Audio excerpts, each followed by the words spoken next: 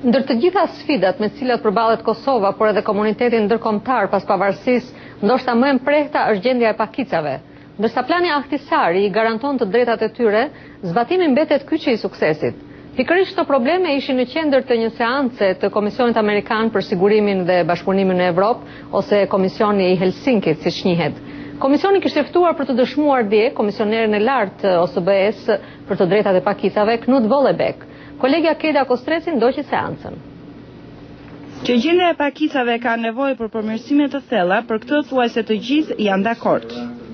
Discrimination, lack of freedom of movement, economic... Diskriminimi, mungesa e lirisë së lëvizjes, vështirësitë ekonomike dhe rreziku për dhunë janë të gjitha pjesë të jetës së përditshme për disa komunitete në Kosovë. Komisioneri i lartë i OSBE-s për pakicat, Knut Vollebæk, thotë se arsyet përfshin që nga gjendja e vështirë ekonomike, mungesa e burimeve si dhe mungesa e vullnetit të mirë mes komuniteteve.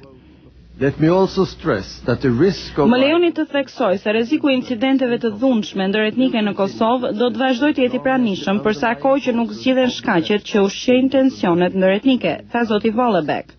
Në Prishtinë Bexhet Shalaj, Këshillit për mbrojtjen e të drejtave të njeriut, thotë se çdo pjesëtar i pakicave që do të integrohet nuk ka pengesa.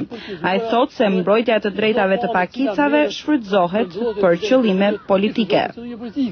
Në radhë të parë, Bengati marrë punon thuajme të gjithë serbët në Kosovë dhe ju e dini që asgjë serbët të Kosovë nuk mund të bëjnë palëre në Beogradit.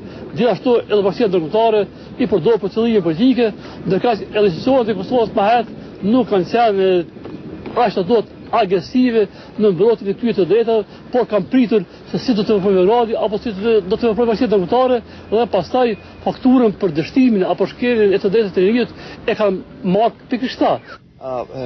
Natasha Kandić e Fondacionit për të drejtën humanitare me qendër në Beograd thotë se serbët në Kosovë ndjehen më të sigurt. Megjithatë, duhet bërë më shumë për punësimin e tyre në ndërmarrjet publike dhe mësimin e gjuhës shqipe. Po ashtu zonja Kandić thotë se serbët që janë kthyer kanë qasje në institucionet e Kosovës. Mendoj se është shumë i rëndësishëm kontakti me njerëzit e zakonshëm, të cilët përgjigjen me një gatishmëri më të madhe për t'u integruar në shoqërinë e Kosovës, thotë ajo. Kryetari i Komisionit të Helsinkit, Elsie Hastings, shtoi se mbetet akoma për të provuar se sa serioz është angazhimi i autoriteteve kosovare për të garantuar të drejtat e të gjitha pakicave. Implementation is complicated by Sigurisht që zbatimi ndërlikohet më tej nga refuzimi i pavarësisë së Kosovës nga ana e Serbisë, duke pasur parasysh që plani Ahtisari u hartua me mendimin që si Prishtina ashtu edhe Beogradi do ta pranonin atë. Komisioneri Vollebæk tha se përveç problemeve të tjera duhen përcaktuar më qartë detyrat e Ministrisë për Komunitetet dhe kthimin drejtuar nga një serb dhe zyrës së kryeministrit për çështjet e komuniteteve.